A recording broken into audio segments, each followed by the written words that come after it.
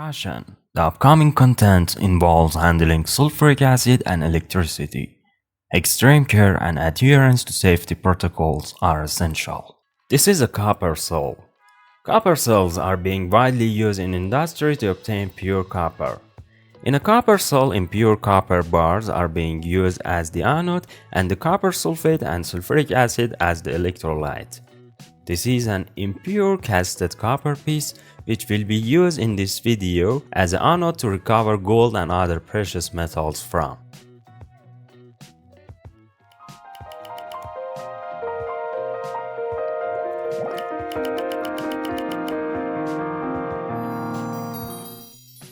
Hello friends, welcome to Peaky Plans channel. Today I will be setting up a copper cell in a simple and quick way to process my copper anode. This is an impure copper piece that was obtained through the cupellation process. This contains precious metals such as gold, silver and palladium. Since I've got this from cupellation, the majority of nickel impurity is gone, but I'm pretty sure there is still some lead metal in it. If you are going to smelt pins like impure pins, then run it through a copper cell. There would be bunch of nickel come from the gold underneath layer from the pins. To run my copper cell, I need my power supply, 200 ml of sulfuric acid and 100 grams of copper sulfate. The pot has been filled with 6 liters of distilled water. What I'm about to do now is to add only 100 grams of copper sulfate to water. Copper sulfate dissolution in water is a bit challenging. The heat produced by sulfuric acid dissolution will help dissolve copper sulfate crystals in water though.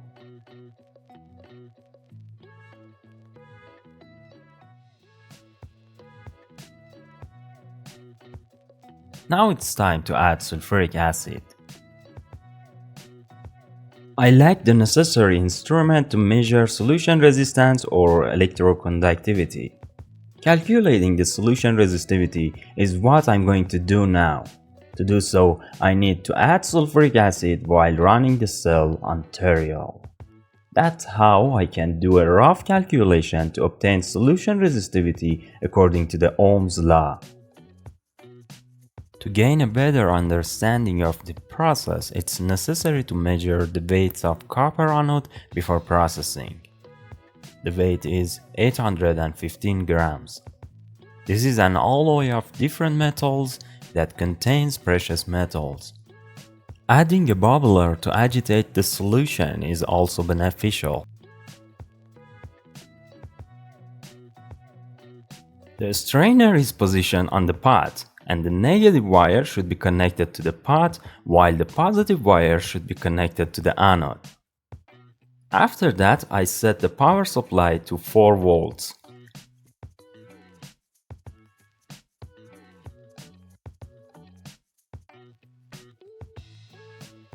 Once everything is in place, it's time to add concentrated sulfuric acid in a small increments to boost current flow.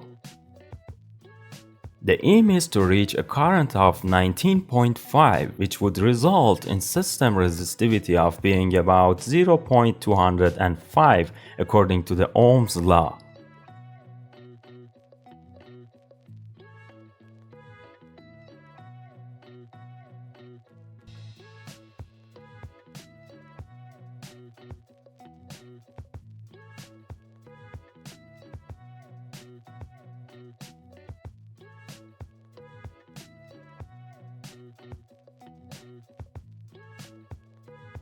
The proper current density for running a copper cell is 20 mA per square centimeters or 129 mA per square inches.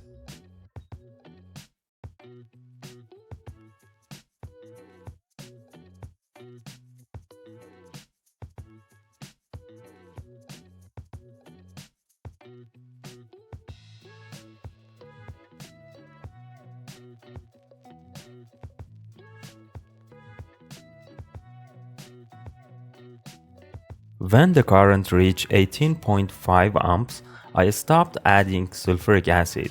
The current kept rising slowly. In the end, 95 milliliters of concentrated sulfuric acid was utilized. According to the Faraday's law of electrolysis, dissolving 815 grams of anode at 19.5 amps takes about 35 hours, and it will take about 7 hours to dissolve it at 100 amps. The pot is placed in a larger container to prevent spillage, and a filter bag is placed in the strainer to catch anodic slime. Also, glass rods inserted in the bag to maintain anode alignment.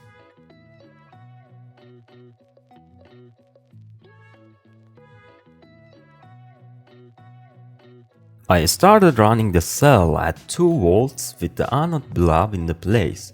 At this voltage, the current flow would be about 9.5 amps.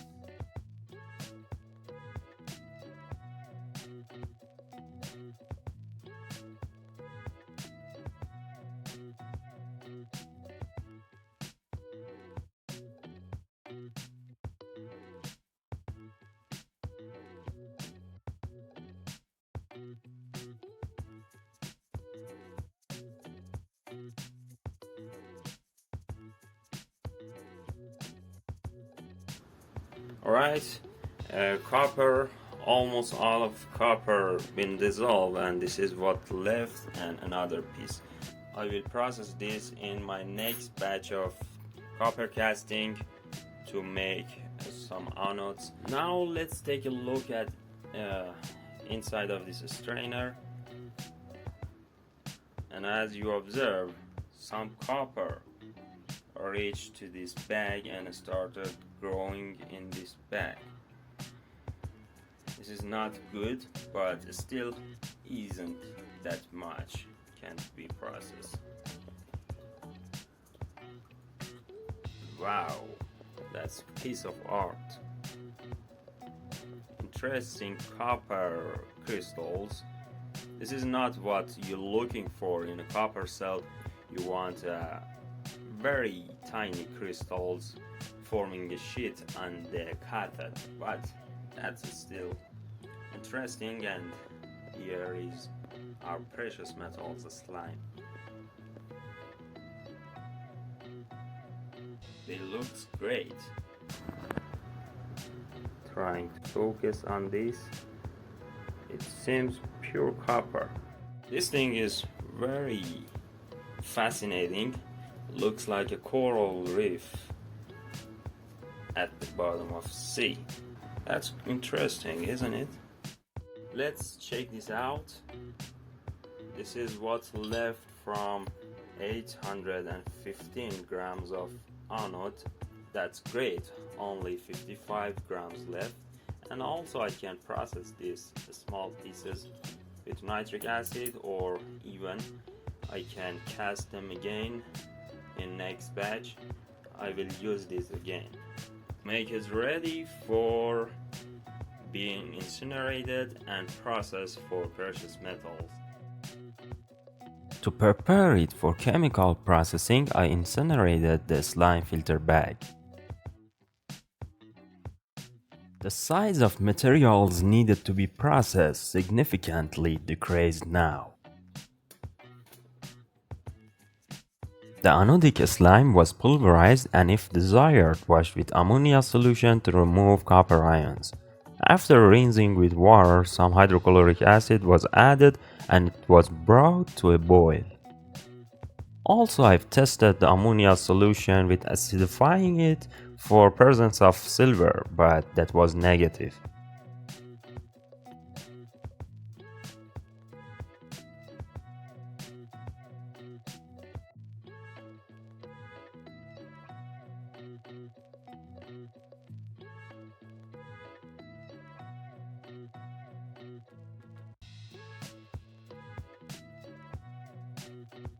After boiling for half an hour, I think there is no more reaction going on in this beaker. You know, a little bit of palladium is capable to be dissolved in hydrochloric acid, but judging with color, I think it is totally negative, especially when we have tin dissolved in hydrochloric acid.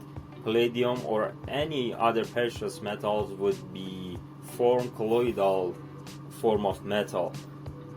To check presence of tin metal, I'm going to use gold standard solution. Take a sample from this solution and I add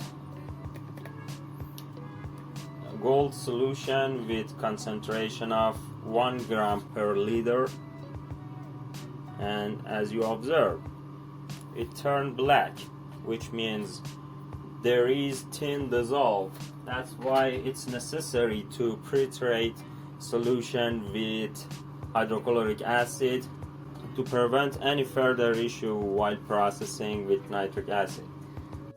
The only thing I need to do is to pour the waste solution out and wash it several times just in case, to get all hydrochloric acid or chloride ion out to prevent gold dissolution at initial stage.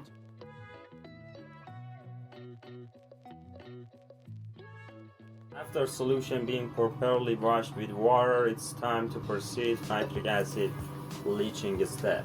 Majority of these brown fumes comes from the copper pieces in the solution, which manage to get to the anodic bag in the electrolysis step.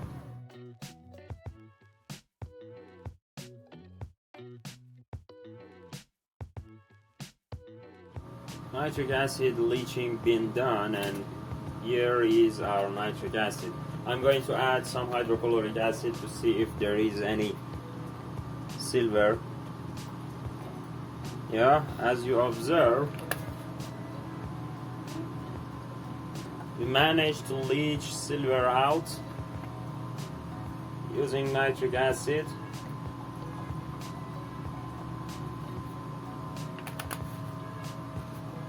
We got decent amount of silver chloride comparing to the size we are processing now.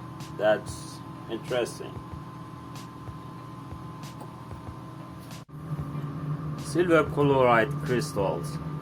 These are mixed with some lead chloride as a needle crystal salt, which needs to be refined, or you can just reduce it the way it is.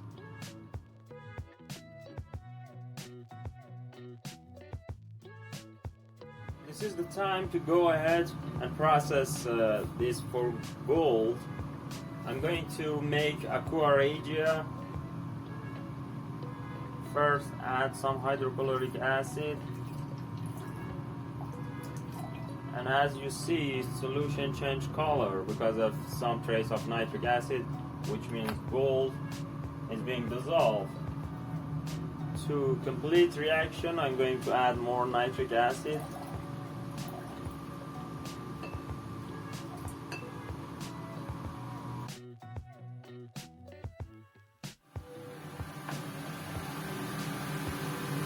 I added some sulfuric acid to warm up solution a bit and keep the lid out. Yeah, the solution is getting stronger in yellow color.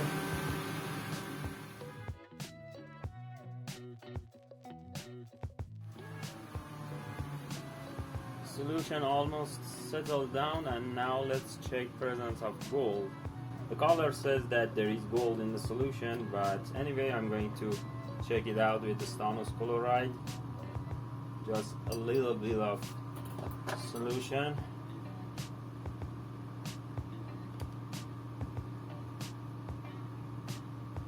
And yeah, it's positive for gold, and that's strong.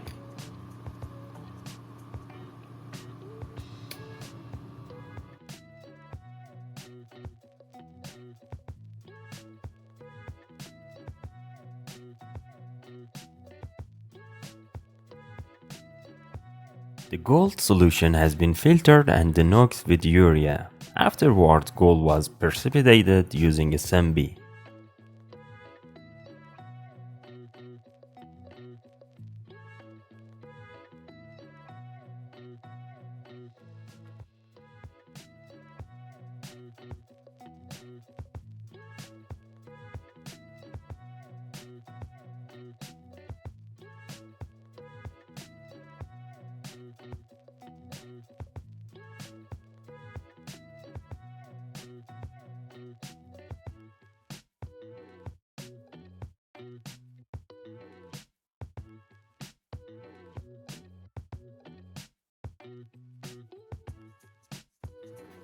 Gold still needs time to precipitate completely. At meantime, I'm going to go for palladium.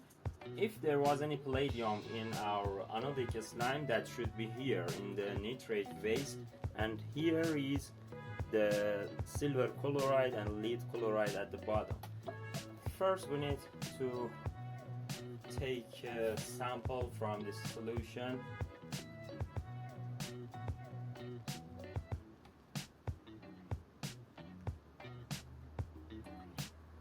And then we need to add a stone of chloride. We should looking for rainbow reaction if there is good concentration of palladium. Yeah, it turned orange.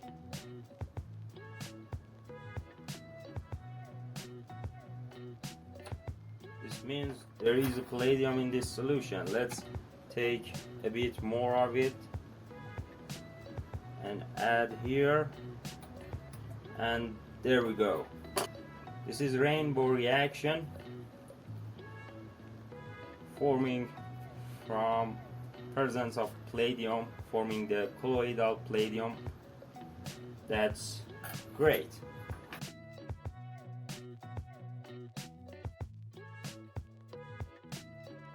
Also, nitrate solution has been filtered to prepare it for palladium precipitation.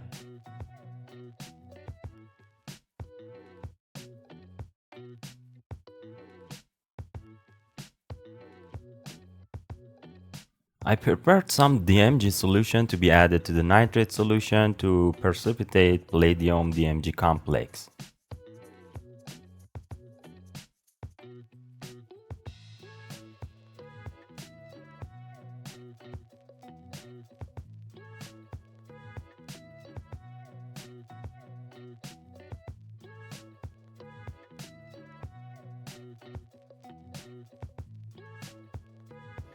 To precipitate palladium, I prepared a solution of 1 gram of DMG in 150 milliliters of water, and I keep adding this slowly to the solution to start reacting and grabbing all palladium ions.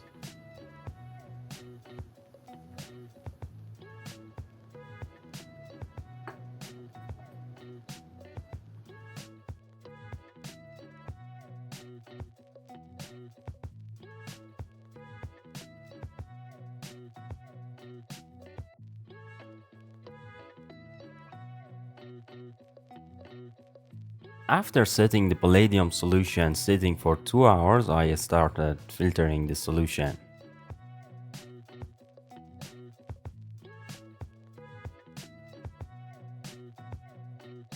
And as a result, here is the recovered precious metals from the copper blob. Here was the DMG and palladium complex. Here is the gold. And here is the silver. Also, I got a bunch of copper through this process, almost pure copper.